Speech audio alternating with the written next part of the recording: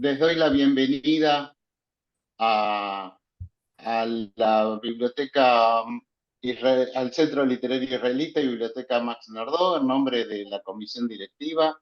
Le quiero agradecer a Moshe Rosen, quien desde Kibbutz Nir Yitzhak está hoy aquí con nosotros y te agradezco, Moshe, la generosidad por participar nuevamente en una actividad del Max Nardó La Plata. En nombre de toda la comisión directiva, como les decía, realizamos este ciclo de charlas eh, y en esta oportunidad Moshe nos propuso el tema de escenarios posibles en Israel para después de la guerra. Así que vamos a darle la palabra a él y después participar en un intercambio de opiniones y preguntas.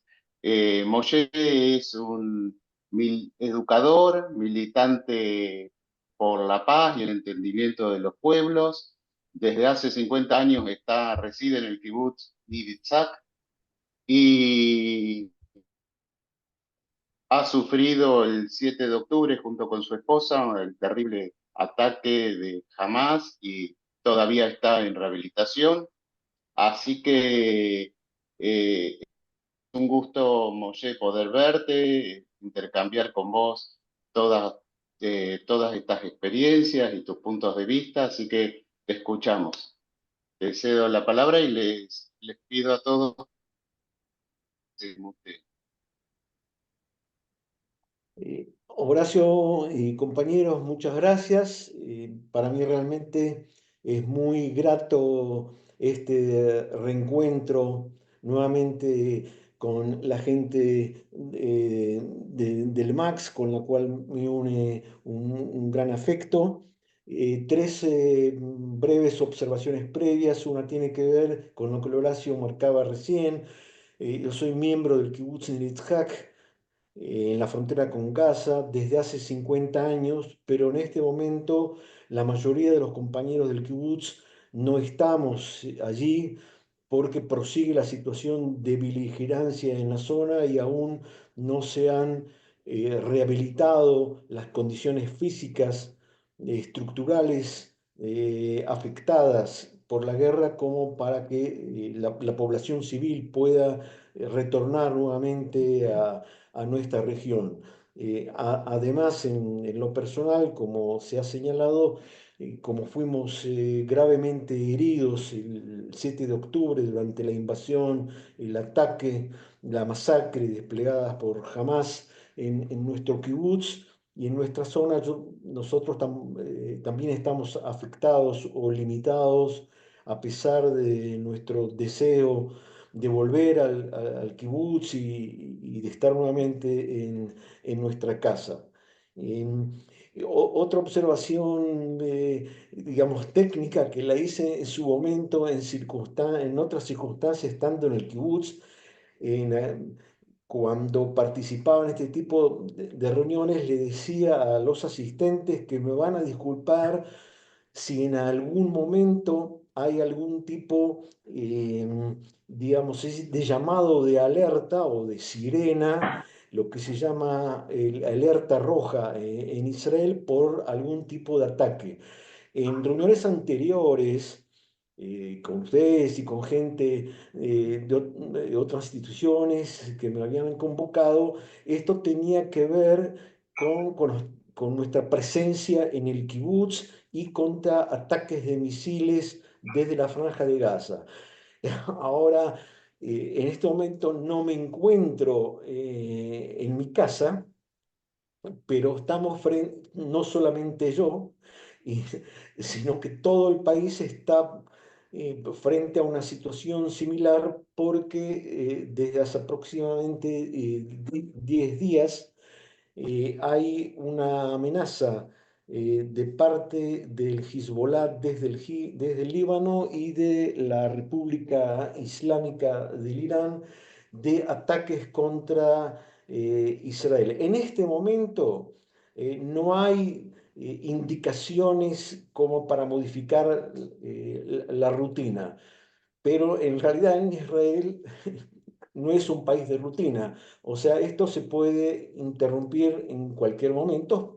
Espero que no sea durante nuestro encuentro ahora, o puede ser también más adelante, y esto es parte de la estrategia tanto del Hezbollah y del Irán, que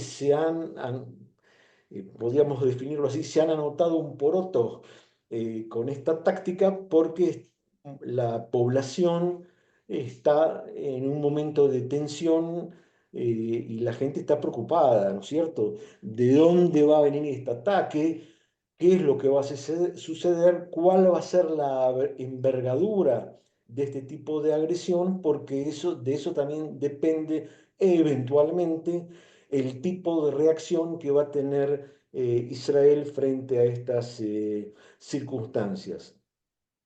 Nosotros vamos a tratar de abordar en nuestro encuentro algún tipo de perspectiva mejor, de algún horizonte futuro de paz y por lo menos algún tipo de convivencia organizada para nuestra zona, para bien nuestro y para bien de nuestros vecinos. Pero desde lo ético, para mí se impone primeramente, no voy a volver al relato de las circunstancias en las cuales nosotros resultamos heridos y como seguramente ustedes lo sabrán por la prensa, por los medios, nos trataron también no solamente de herir, secuestrar, asesinar.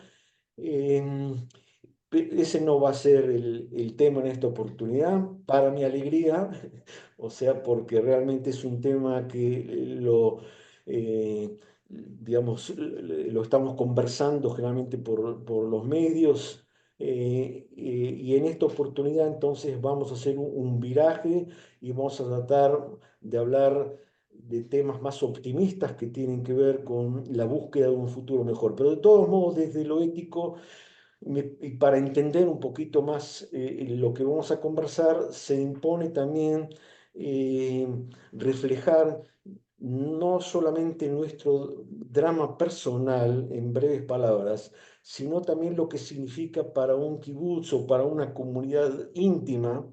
Y acá hay compañeros que tuvieron en su momento la posibilidad de ser parte de esta vivencia, como Lili, y hay otra gente que conoce la vida kibutziana, pero yo simplemente voy a dar un ejemplo, y voy a dar este ejemplo porque lo doy también como mi pequeño homenaje personal para los 8 compañeros de nuestro kibutz que cayeron, que fueron asesinados el día 7 de octubre, y algunos de ellos, lamentablemente, todavía no se han recuperado los cadáveres. O sea, los cadáveres están todavía secuestrados en Gaza.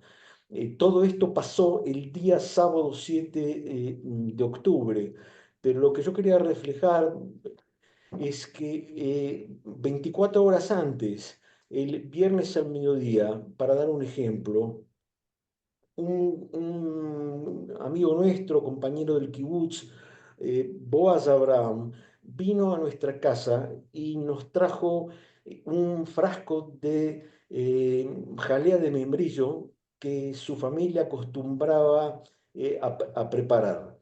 Y nosotros conversamos, en fin, sobre los temas rutinarios que se conversan generalmente cuando alguien se encuentra por los caminos del kibutz, o vienes a visitar a algún amigo, a otro compañero. Y esto pasó 24 horas antes que él fuese asesinado. Y como él perdimos, fueron muertos otros 7 miembros del kibutz, algunos menores y algunos mayores, gente joven y gente más cercana a mi edad. Y les digo esto porque muchas veces uno habla de muertos, de asesinados, de heridos y secuestrados, pero en realidad para nosotros no es solamente, digamos, un titular dramático en el Litón, en el diario, es es una vivencia un poco más íntima y en este caso más terrible. Nosotros cuando nos trataron de secuestrar, lo quisieron hacer los terroristas, los invasores del Hamas, iban a sacarnos por la misma alambrada por la cual instantes antes fue retirada la familia de Clara Marman, que afortunadamente ella y su familia ya fueron liberados, pero fueron secuestrados unos segundos antes y nosotros obviamente no sabíamos de todo esto cuando los secuestradores nos llevaron a ese lugar. Pero cuento esto por el hecho que para nosotros Clara no es solamente un nombre, Clara es nuestra vecina, nuestra amiga. Y en el caso de Diana, mi señora, Diana Clara trabajó con Diana muchos años en educación. Clara fue también la educadora de uno de nuestros hijos en el kibutz. Entonces acá hay una red de conexiones, de hilos muy íntimos que nos unen y que hacen que la intensidad del dolor vivido por nuestras heridas, por los compañeros secuestrados, eh, por los asesinados y a su vez la enorme alegría por los compañeros, en este caso Clara y su familia, que fueron liberados, sea algo que ha dejado un sello en nuestras vidas. Y esperamos de alguna manera que a través de este hecho y de este proceso que todavía estamos viviendo, podamos buscarle un cauce mejor para nuestras vidas. Uno de los problemas para el abordaje del tema que vamos a conversar con ustedes es que todavía estamos en el 7 de octubre. Eh, Estamos en el 7 de octubre desde lo personal, por nuestras heridas, por los que les acabo de contar, pero estamos todavía en el 7 de octubre porque la guerra continúa. O sea, lamentablemente todavía los rehenes están en Gaza, todavía Gaza es una zona de beligerancia y se suceden los sucesos trágicos tanto para Israel como lamentablemente, porque esto es un conflicto bélico, para la población civil de Gaza. Parte de esta población civil nosotros, personalmente yo, tuvimos contacto, tuvimos años de conexión con esta gente, tuvimos lazos de amistad. Hasta pocos días antes del estallido de esta guerra, nosotros estábamos en contacto, un grupo de compañeros, no solamente del kibutz, sino de la región, del, lo que se llama el Foro por la Convivencia o por el Conocimiento con Gaza, que nos reuníamos todos los días viernes al mediodía para considerar no solamente desde lo político y desde lo global la relación de Israel con la Franja de Gaza, sino que teníamos contacto con la gente de Gaza.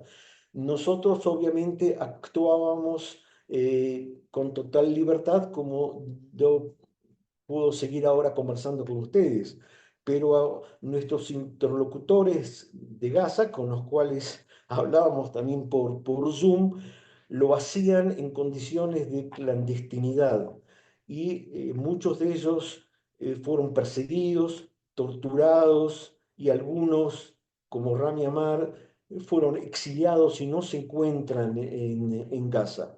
Y entonces nosotros tenemos un conocimiento, como dije recién, individual, personal, con gente en Gaza, pero a su vez teníamos un concepto, una idea más concreta y más precisa de lo que significa la dictadura militar de la Junta Islamista fundamentalista que domina Gaza mucho antes del 7 de octubre, Y en ese sentido, nuestra visión tiene que ver no solamente con el drama personal o colectivo de lo que pasó con nuestra comunidad, con nuestro kibutz, sino que sabemos también de lo que significa el sufrimiento de la población en Gaza, y ya ni hablar de aquellos que de alguna manera coinciden con nosotros de que hay que buscar otro tipo de horizonte.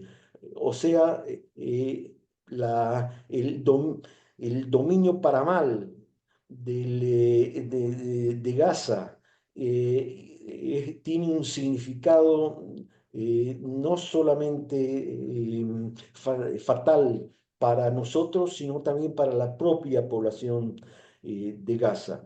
Y la Jihad Islámica y el Hamas actúan en realidad como agentes de la República Islámica de Irán, y como ustedes seguramente seguirán de cerca a través de la prensa los detalles del conflicto, en este momento se trata no solamente de una guerra con Gaza, o con el Hamas más precisamente, y la Yihad Islámica de Gaza, sino que se ha precipitado a un conflicto regional que tiene que ver también con el Hezbollah desde el Líbano y los hutíes desde el Yemen, y de organismos terroristas desde Irak y desde Siria.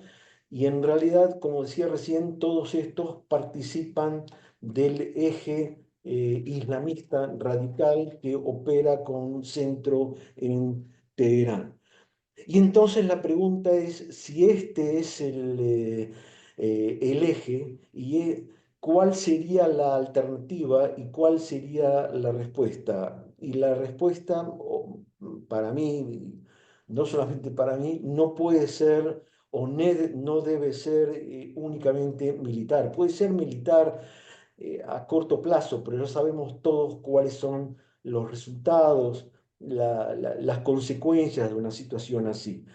Eh, y se me ocurre que si el eje es el eje islamista, radical, fundamentalista, extremista, que opera desde Irán, se debe tratar de cristalizar eh, un eje alternativo. Y este eje alternativo es posible, hoy es posible, eh, a pesar de lo que está pasando ahora, a pesar de que hoy, por la sangre que se vierte en Gaza, es difícil visualizar este horizonte, pero yo creo que nosotros debemos invertir todos los esfuerzos para que así sea.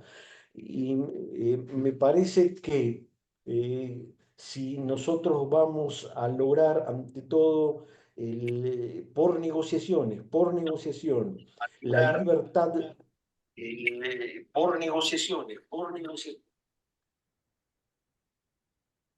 Sí, decía recién, si vamos a lograr la libertad por negociación de los cautivos en Gaza, eso va a permitir algún tipo de alianza con sectores moderados en la zona del Medio Oriente, como pueden ser Egipto, Arabia Saudita, Jordania, inclusive Marruecos, países del Golfo Pérsico, que todos ellos también perciben a la política de la Jihad Islámica y de Irán como un peligro para su propia existencia y seguridad.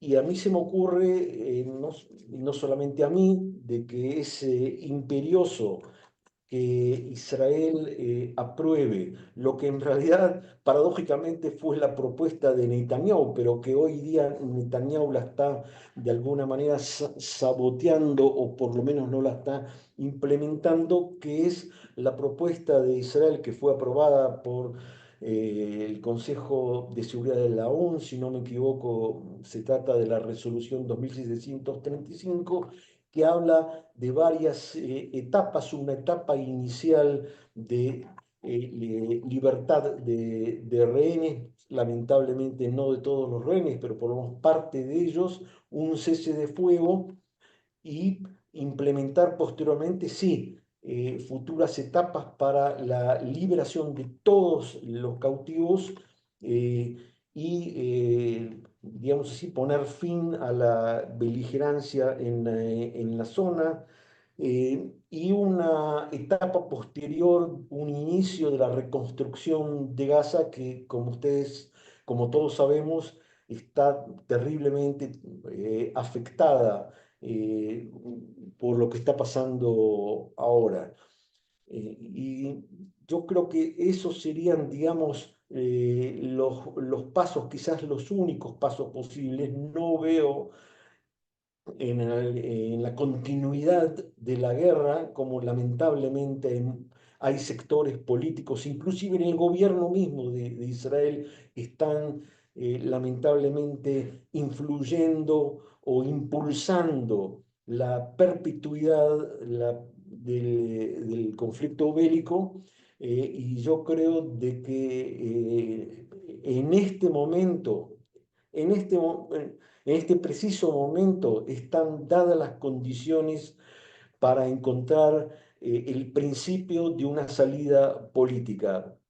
Pero si la situación bélica se va a seguir prolongando, las hostilidades se van a profundizar y entonces la guerra ya no va a ser solamente con Gaza, sino que eh, a dar, se va a convertir toda esta amenaza desde el Líbano, desde Siria, desde Irán, todo lo que yo les comentaba al principio, entonces esto va a ser una pesadilla y me atrevería a decir que sería en ese caso no solamente una pesadilla global, sino, y en este sentido el gobierno de los Estados Unidos y los países europeos temen mucho que así pueda ser, este conflicto regional puede derivar en un conflicto global,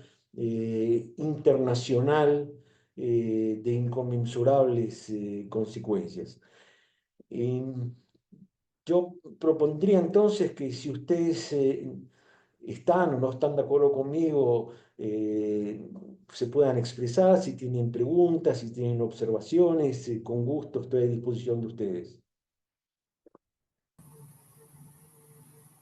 Moshe, eh, escuchándote, me surge también esta pregunta, ¿no? En Irán hubo elecciones hace poco y tengo entendido que hay un nuevo presidente, ¿no? También. ¿Hay posibilidad de algún entendimiento entre Israel e Irán? ¿Hay, más allá del la misma extremista de ellos y del lado israelí también, de ese extremismo militar, ¿no? Esa tendencia hacia lo militar, ¿hay razonabilidades de poder intentar algún diálogo directamente con la gente ahí del gobierno de Irán? Tal como están planteadas hoy día las cosas, no. Eh, Porque en Irán gobierna una tendencia jumeinista, islamista, de orientación chiita, que es inclusive más radicalizada que otras tendencias del Islam y que es utilizada no solamente desde el punto de vista religioso, sino que obviamente tiende a convertir a Irán, esa sería la idea, en un imperio regional y quizás también mundial. Digamos, esto no es nuevo, porque, por ejemplo, antes del Irán, Al-Qaeda y luego ISIS, Daesh, etcétera, etcétera, tenían como lema el al-andaluz, o sea, el regresar a la conquista de Andalucía. Hoy todo esto queda de alguna manera eclipsado porque han focalizado su odio, su hostilidad y su deseo de destrucción en el Estado de Israel y en el pueblo judío.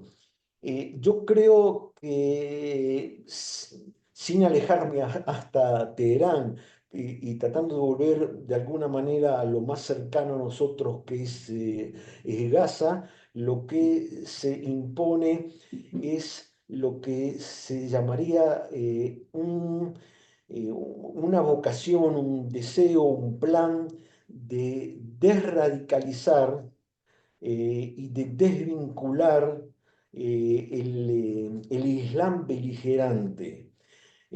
Planteado de esta manera, ustedes podrán decir, bueno, pero es algo utópico, pero nosotros tenemos que tratar de ver un poquito más, como decía el título de esta reunión, el día después de la guerra. Y fíjense ustedes de que en 1945, cuando cae la Alemania nazi, yo creo que muy pocos hubiesen soñado en aquel momento que Alemania eh, po- podía desnazificarse y en algún momento podría llegar a ser un país conformado de manera parlamentaria, democrática, liberal, como lo es hoy en día. Entonces se produjo un proceso que es un proceso difícil, lento, porque no es solamente político, es un proceso eminentemente educativo y cultural de desradicalizar, o sea, de tratar de sacar de raíz todas las ideas de odio y destrucción. Pero no es solamente, no nos podemos conformar con la radicalización. Tenemos que tratar de lograr lo que se llamaría una desvinculación, o sea, una desvinculación de los modos de operar o de ver en la guerra, de ver en el terror, como pasa en Gaza, un medio legítimo. Eh, y esto yo lo digo quizás también a través de nuestra dramática experiencia personal, donde nosotros notamos en el momento en el cual fuimos heridos y nos intentaron de secuestrar hasta Gaza, que se trataba no solamente de un enfrentamiento colectivo, sino que este enfrentamiento de alguna manera histórico, de características étnicas y religiosas, y no solamente motivadas por problemas políticos y territoriales entre Israel y Gaza, tenía también un contorno o una expresión de odio personal. Eso, nosotros sentimos una crueldad eh, individual de parte de los atacantes y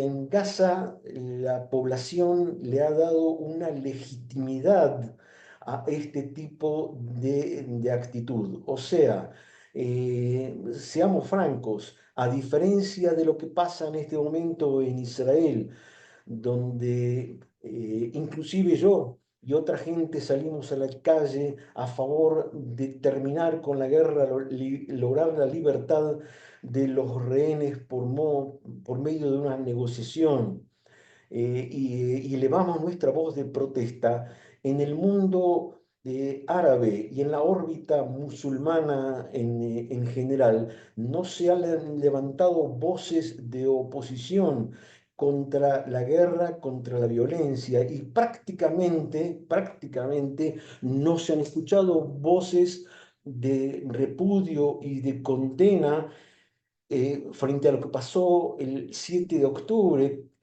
que digamos nosotros zafamos, como se dice, salimos, fuimos heridos, pero estamos con vida, sobrevivimos, pero hay gente nuestra que, como conté antes, cayeron, fueron asesinados, hay mujeres que fueron violadas y en este mismo momento que estamos hablando nosotros, hay niños pequeños que están todavía capturados allí y que todavía no sabemos si están con vida o si también fueron asesinados o también fueron violados. O sea, esta es una pesadilla y es una pesadilla doble porque yo creo que nos sentimos bastante solos en esta batalla civil.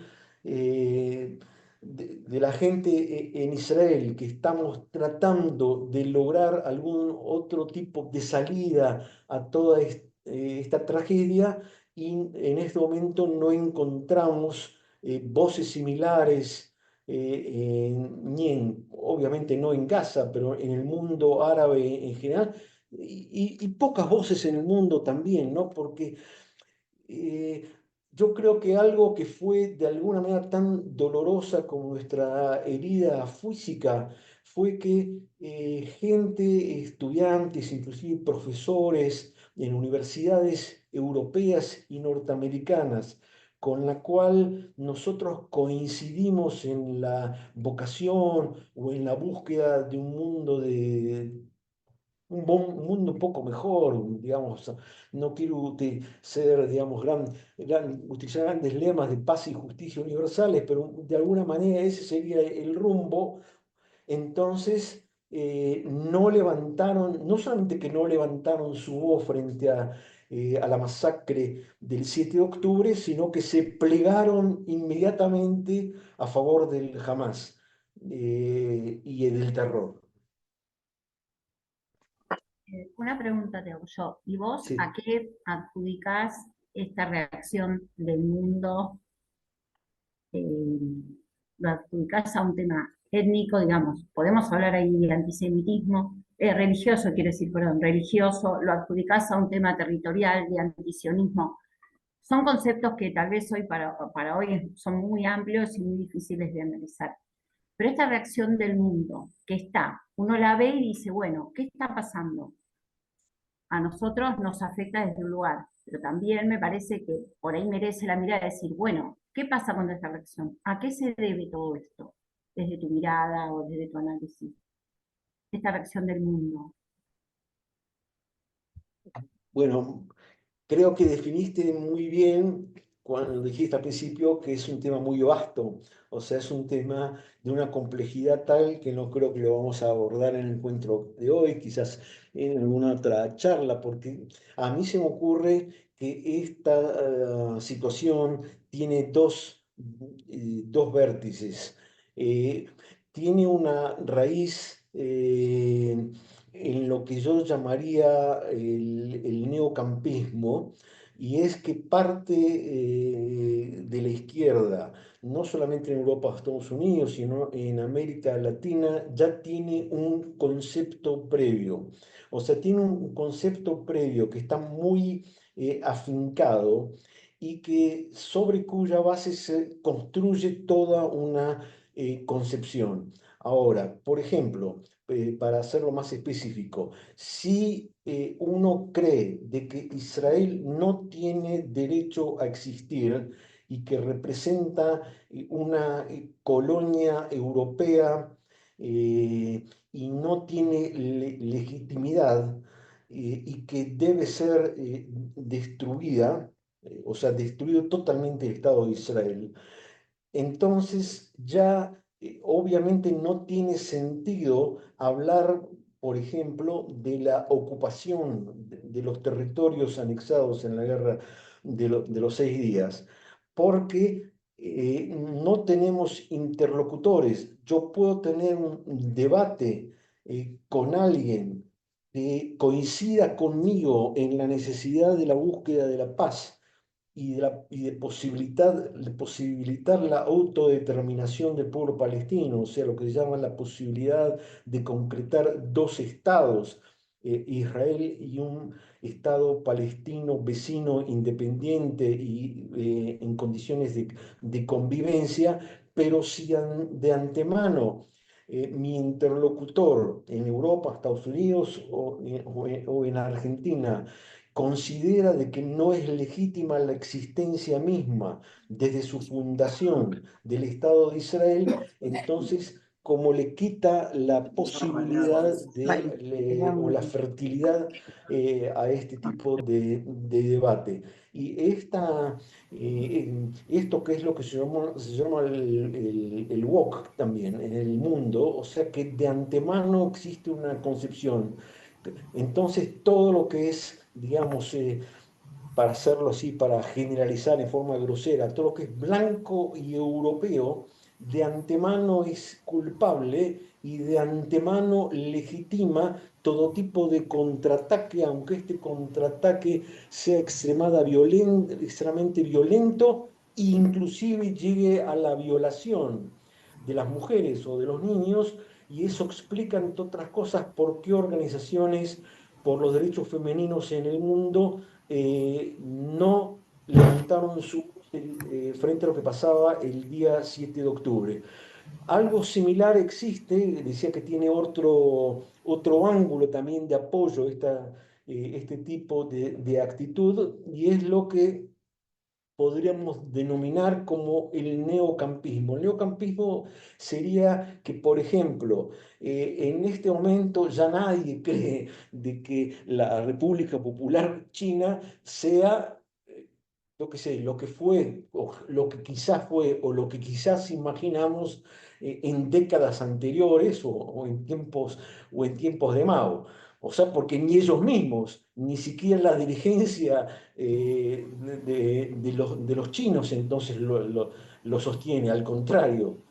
Pero mucha gente sigue aferrada a la China actual o a la Rusia de Putin, a la Rusia oligárquica y antidemocrática, y a la Rusia agresora de Ucrania, pero lo siguen, digamos que siguen viviendo en aquel bloque de lo que sería hace 50 años atrás, por ejemplo. Entonces, sin salir de de ese molde, entonces ya se juzga todo tipo de conflicto que pueda haber ahora. Y entonces ya está todo pintado de antemano de blanco y negro. Entonces no importa si el 7 de octubre el agresor fue Hamás, porque si de un lado está el mundo islámico supuestamente oprimido, y del otro lado está el mundo blanco occidental europeo, visualizado como en conjunto como una potencia opresora y colonial, entonces ya no da posibilidad como para avanzar en una búsqueda más racional de salida a esta situación. Y demás está decir que lo que yo comentaba antes como eventual solución futura del conflicto del Medio Oriente en cuanto a la desradicalización y la desvinculación de métodos violentos no puede avanzar. No va a poder avanzar si fuera del Medio Oriente, y no importa si es en Estados Unidos, en Europa o en América Latina, entonces movimientos a favor de los derechos humanos, partidos políticos progresistas, toda la franja de izquierda va a seguir aferrada a esquemas que han sido ya demolidos por lo que está pasando ahora, y por lo que ya es algo, o sea, yo me sonrío porque aparentemente lo que estoy contando es algo transparente que hasta un niño lo puede percibir, y sin embargo esquemas dogmáticos impiden avanzar en un rumbo más justo. Hay un pedido de palabra. Y cómo no. Pepi, me Y, parece. y después yo, por favor. Después Alberto. Sí, creo que antes había un pedido. A ver, lo vimos en el chat. Y después Acá, hacen la pregunta, por Horacio, favor, y se mutean. ¿Sí? Horacio, Sí, hola, sí. buen día, buen Hola, día. adelante. Un gusto participar. Muchísimas gracias, Moshe, por tus precisiones, por tu claridad, por tu transmisión, habiendo sido afectado en tu cuerpo. Soy psicoanalista judía, vivo en La Plata, soy rosarina de origen. Y Horacio Vilkis tuvo la fraternidad de convocarme. Me pregunto como psicoanalista el lugar de los fanatismos en todo esto, de un lado y de otro, de la afectación que esto provocó tanto en la población de Gaza como en la población israelí, por supuesto, y tu mano, Moshe, da cuenta de ello. Vos haces un comentario sobre lo estructural político y mi pregunta se refiere a el estado de la población israelí respecto de los ataques israelíes a Gaza, porque me parece que en la lógica de ellos o nosotros se establece un sin salida al infinito. No sé qué comentario podrías hacer al respecto. Sé porque tengo amigos que están en la lucha en las calles, no solo contra el gobierno israelí, que ya era previo al 7 de octubre, sino también buscando un modo de recuperar a los rehenes y de establecer una tranquilidad, una paz, una convivencia. Pero hay otros, y también me hago la pregunta acerca de qué información tienen los israelíes dentro de Israel acerca de los ataques a Gaza. Gracias. Gracias a vos por tu participación y es así, la opinión pública israelí está muy polarizada. Ante todo hay que tener en cuenta que desde el 7 de octubre la mayoría de la población está muy sensibilizada por todo lo que sucedió. En un primer momento, y a propósito digamos así, de los elementos espirituales, psíquicos que inciden en la ciudadanía.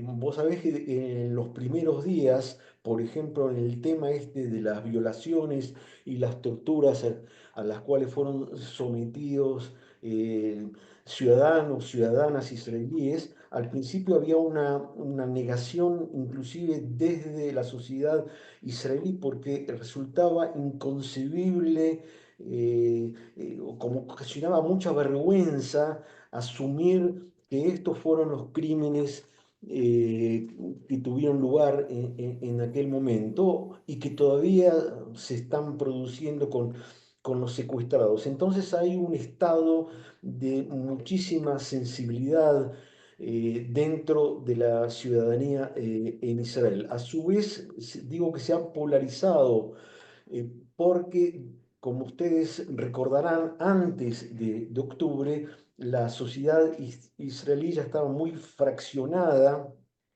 muy enfrentada a partir de lo que se llamaba la reforma judicial, que movió a que mucha gente salga a las calles en manifestaciones semanales e inclusive diarias de protesta. Ahora, no es casualidad de que los mismos sectores que estaban enfrentados en relación al carácter democrático o liberal de la sociedad israelí frente a manejos de tipo más autocrático o teocrático en el gobierno, entonces son prácticamente los mismos que están enfrentados hoy día en la calle en relación a la continuidad de la guerra, a la necesidad de negociar la libertad de los rehenes,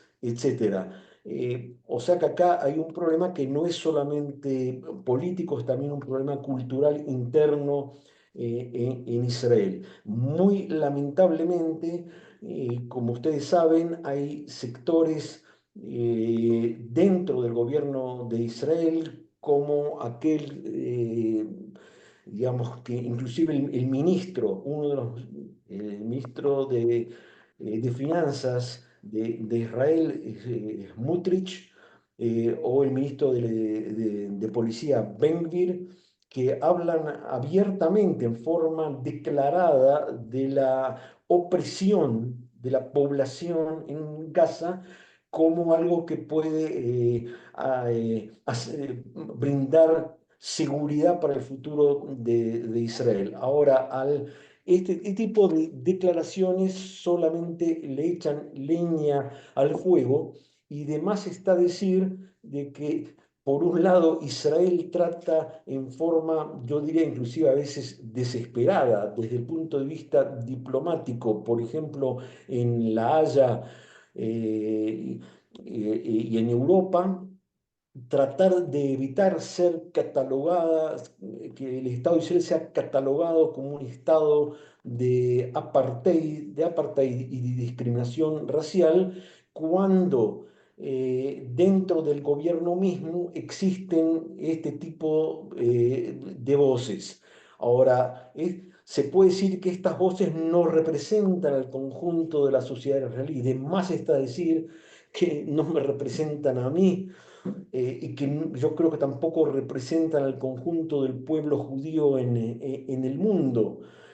Pero lamentablemente todo tiempo que Bibi Netanyahu les da legitimidad, y yo creo que ese es el mayor y el más imperdonable de los crímenes cometidos por Netanyahu, es haber posibilitado que un sector que ni siquiera es representativo no solamente del conjunto de la sociedad israelí, sino que tampoco es representativo de los sectores religiosos ortodoxos. O sea, las encuestas indican de que se trata de un grupo extremista minoritario, pero este grupo minoritario y extremista es el que permite la continuidad del gobierno de Netanyahu.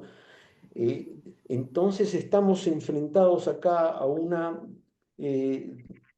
doble batalla que tiene que ver no solamente con nuestra soledad como país en el mundo en momentos de guerra, sino que tenemos una terrible fisura social muy difícil de superar.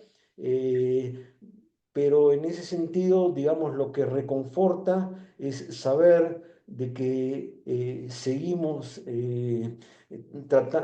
no abandonamos la lucha, no abandonamos la protesta, y como yo creo que comentaba previamente al encuentro, de que hoy mismo yo y otros compañeros nos plegamos a las manifestaciones que cada día sábado por la noche se realizan y que tienen un doble sentido, no solamente a favor de negociaciones por la libertad de todos los rehenes, sino para evitar que se siga con este tipo de política gubernamental. Y en una palabra, para resumir todo esto, hay una línea directa que va desde el deseo de perpetuar la ocupación en Judea y Samaria, con la supuesta reforma judicial y con el deseo de perpetuar también la guerra en Gaza. O sea, estos tres ejes son los que mancomunan a los sectores contra los cuales hoy día estamos desde otros movimientos, desde movimientos de protesta, desde movimientos democráticos y progresistas en Israel, evitar que esto se descarrile todavía más. Alberto Weiner, Sí, sin paso cámara, no la sé pregunta, la por qué palabra. se desactivó la cámara, pero bueno, de cualquier manera estoy acá. Bueno, muchas gracias por la charla, por el esfuerzo y por la valentía. Te quiero hacer una pregunta. Yo, que tuve la oportunidad de vivir en un kibutz en el norte, trabajaba en el Éder, en el rodeo de Bakú, nos venían compradores de Gaza permanentemente al kibutz con patente de Gaza, entraban, comían con nosotros y en 3 ocasiones hemos ido a Gaza, invitados por ellos a comer un asado, por decirlo de alguna manera, y entramos con relativa naturalidad, eso lo conocen ustedes mejor que yo. Eso hace 30 y pico de años. La pregunta está, el deterioro, siempre sabíamos que la relación fue difícil, pero el deterioro que se fue produciendo a través de los años, indudablemente es responsabilidad de ambas partes.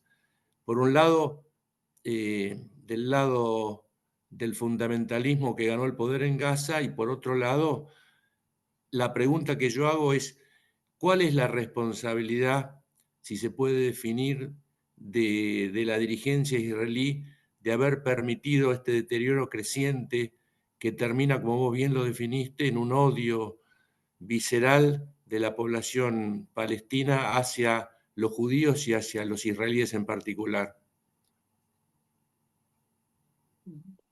Bien, esto me recuerda que yo también estuve en Gaza y muchas veces, inclusive en una oportunidad, yo acompañé una delegación parlamentaria israelí, fue al principio de los años 90, que acompañé a un grupo del FREPASO que visitó Israel y entonces estuvimos en aquel momento con el ministro de Justicia de la Autonomía Nacional Palestina, que en aquel momento residía en Gaza, y fuimos recibidos, claro está, con toda amistad, porque en aquel momento la tendencia preponderante era justamente la moderada y en contra de todos los sectores que promueven justamente una actitud de hostilidad, de odio y de fundamentalismo islámico, porque en ese momento había también un enfrentamiento entre los sectores moderados y los sectores extremistas. Eh, entonces, hay acá, es un tema también muy complejo y muy difícil de resumir, pero porque por un lado tenemos un acendrado odio de características religiosas y étnicas desde el lado palestino y desde el lado gazatí, y por otro lado existen políticas que yo traté de describirlas muy brevemente recién en lo que hace a Israel. Y esto responde también al grado de responsabilidad de Israel.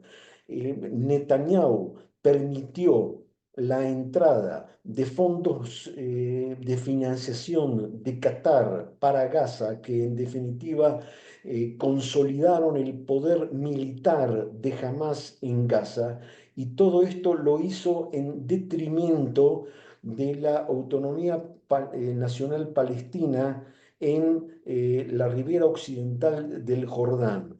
¿Y por qué lo hizo de esta manera? Justamente para evitar lo que yo mencioné antes, que es la posibilidad de que en algún momento exista algún tipo de independencia y de Estado palestino al lado de Israel, porque lo que Netanyahu y sus socios desean es perpetuar la ocupación militar y civil en la franja occidental del Jordán y evitar un Estado palestino. Y la mejor manera que encontraron para evitarlo es justamente fortaleciendo a este sector islamista representado por la Jihad y por el Hamas, cuando la tesis de Netanyahu en la práctica implicaba que cada tanto puede haber enfrentamientos bélicos en nuestra zona,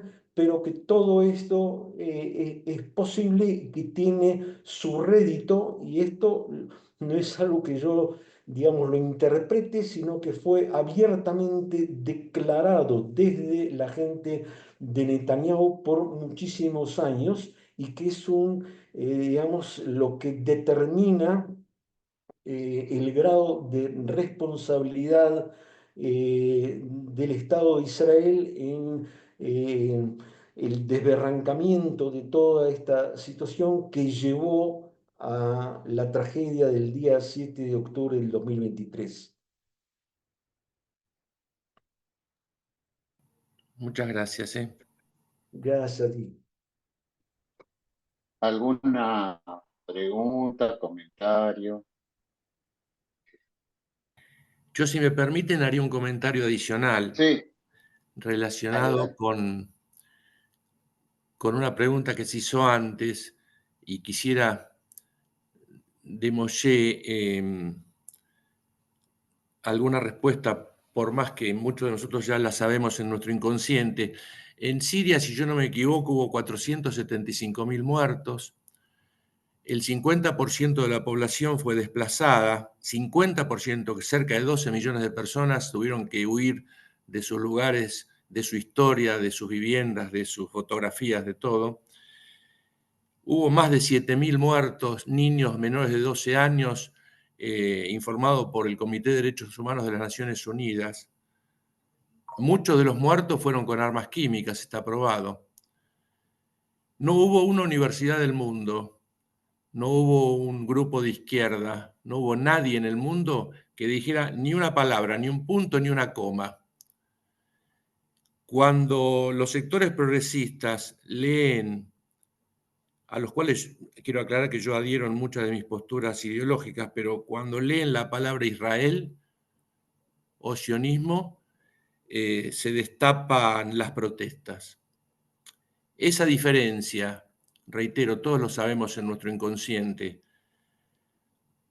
¿A qué interpretás que se debe, Moshe? Bien,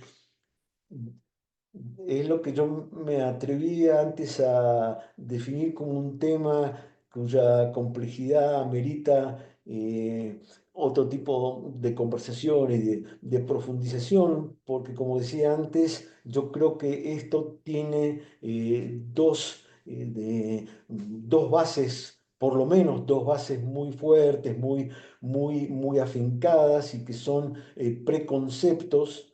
Uno es y uno de ellos que es también muy sólido en los últimos años es lo que se llama el neocampismo, o sea, el ubicarse previamente, antes de cualquier tipo de análisis, en un posicionamiento o en un esquema que evita o que neutraliza cualquier diálogo. Por eso decía que con un interlocutor que de antemano sostiene que no hay legitimidad para una soberanía judía en el Medio Oriente y para el Estado de Israel, entonces obviamente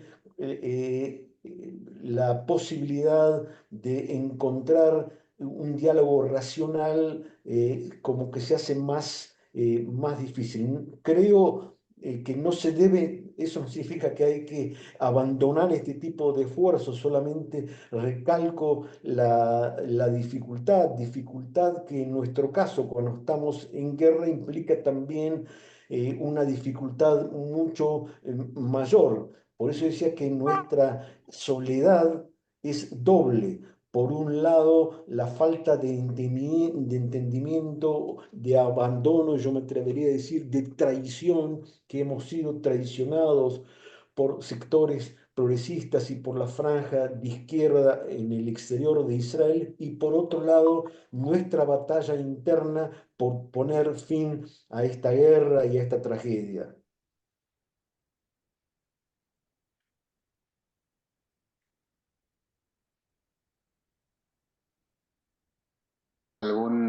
¿Alguna otra intervención? ¿Una Ahora, pregunta? ahora, ¿me escuchás? Sí, sí, Edu, No adelante. sé si lo escuché, pero yo quería preguntarte por la situación de los rehenes.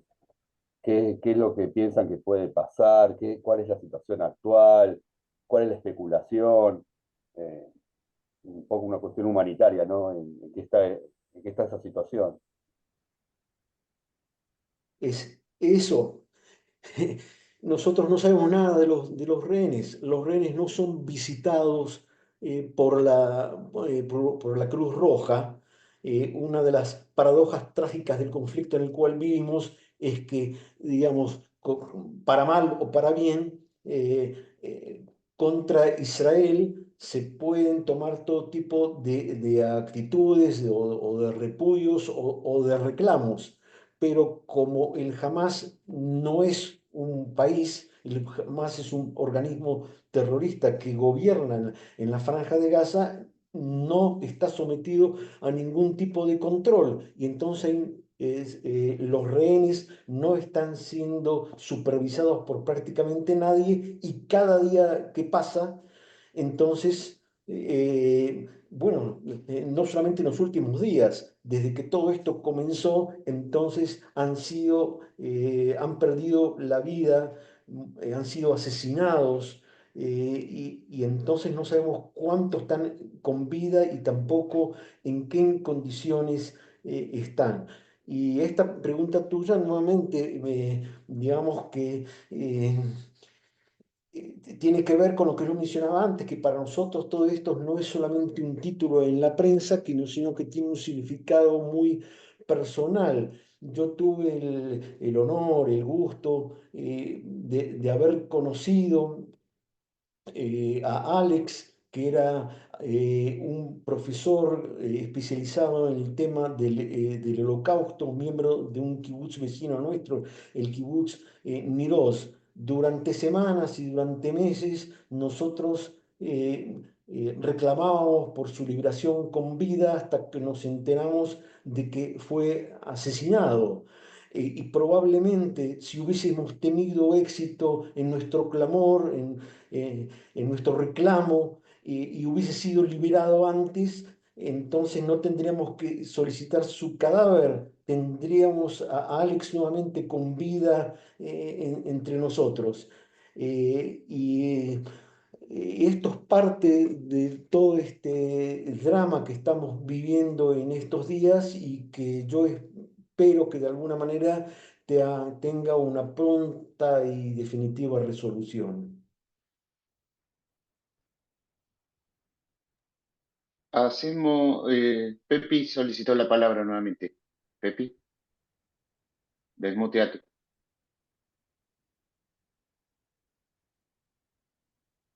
No, no, no se escucha. Estás muteado.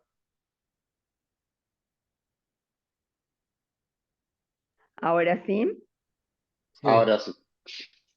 bien. Me parece muy interesante y mi pregunta, siendo que trabajo con niños y adolescentes y a través de las redes y a riesgo de, no sé, o ninguno o muchos, acabo de establecer amistad con una adolescente palestina en Gaza, con la cual me conecté a partir de un pedido de ella de donación. Más allá del tono, ¿cómo decirlo?, entre aterrado y mendicante que la chica tiene, mi pregunta es, ¿cómo la educación, esta chica me dice que ellos están sin clases ahora en Gaza, entiendo que no es así en Israel, donde tengo mi única familia en Atlit, con un cuñado nazi israelí con el cual corté toda relación, no sin el dolor que eso conlleva después de 55 años, pero uno decide, elige. Entonces me pregunto y me permito preguntarte, Moshe, acerca de la incidencia de la educación israelí y si sabes algo respecto de la de Gaza en las nuevas generaciones respecto del conflicto. Gracias. En Gaza sabemos de que la educación oficial es una educación beligerante desde corta edad, o sea, los niños están imbuidos de odio prácticamente desde el momento en que nacen y demás está decir de que cuando hay una situación de conflicto, entonces como que todo eso viene a consolidar este tipo lamentablemente, este tipo de situaciones. En lo que hace a Israel, también esto se relaciona a las luchas internas. Hoy día hay debates prácticamente en muchos centros estudiantiles, en escuelas, en universidades, sobre el tipo de educación que se debe dar a los niños, adolescentes en momentos de guerra, porque por un lado hay que fortificar la solidaridad en la sociedad civil, pero por otra parte no hay que abandonar el rumbo humanista. Ahora, el abandono del rumbo humanista es algo que están tratando justamente lamentablemente, de abordar los sectores teocráticos extremistas que, que no representan, no solamente que no representan al conjunto de la sociedad israelí, tampoco representan al conjunto del gobierno de Israel. El problema es, como decía antes, y esto es también parte o fundamental de la tragedia que vivimos, que el gobierno de Israel le ha dado legitimidad a estos sectores que inclusive en muchos casos son sectores violentos y aunque parezca increíble, en la última semana, por ejemplo, para ilustrar con un hecho acá que fue un hecho que provocó una gran conmoción, porque es quizás la primera vez que se produce en la historia del Estado de Israel y es así. El ejército mismo, el Ejército de Defensa de Israel, ha decidido que va a investigar sospechas de que de terroristas detenidos que se encuentran en Israel hayan sufrido torturas o violaciones. Y entonces, enterados de esta exigencia judicial, los sectores a los cuales yo mencioné hace un momento han irrumpido en dos bases militares. Esto parece increíble, parecía increíble antes de la guerra y obviamente mucho peor durante la guerra, porque esto significa que una base militar puede ser afectada, violada, irrumpida por extraños y y que la policía lo haya permitido. Ahora, no es ninguna sorpresa porque el ministro de Policía es justamente uno de los más próximos a este tipo de peligrosa concepción. Muchas gracias. Bueno, estamos un poco ya en la hora vamos cerrando. Si no hay más comentarios, preguntas. Moshe, muy interesante todo lo que fuiste desplegando. El tema nos interpela a nivel personal, a nivel institucional, como institución judía. No puede no ser así y vamos a seguir haciéndonos preguntas y tratando de sostener el diálogo y la correspondencia contigo. Así que pronta recuperación. Gracias a todos por participar, a todas las participantes, los participantes. Moshe, nuevamente te agradecemos la generosidad por el tiempo dispensado y te doy unas palabras para el cierre. Gracias. Eh, bueno, muchas gracias por la invitación y muchas gracias también por esta oportunidad de reencontrarme con ustedes y espero que próximos diálogos sean en mejores circunstancias y me alegra saber, me reconforta saber de que hay gente digamos, del otro lado del océano como ustedes, que están dispuestos a invertir una hora un sábado por la mañana para tener una charla de este tipo. Así que muchas gracias y nos reencontraremos muy próximamente. Muchas Así gracias. será. Gracias a Gracias. vos, abrazo a Diana Muchas gracias, Moshe. y Gracias a todos, a todos. Muchas gracias. Te mejores, Shalom, que andes shalom. bien. Bueno, Gracias. Chao, y chao, saludos. Adiós. chao. Chao, chao. Gracias. Saludos a Chao, todos. Gracias. chao, Gracias por todo. chao, chao. Saludos. Gracias Chao, a todos.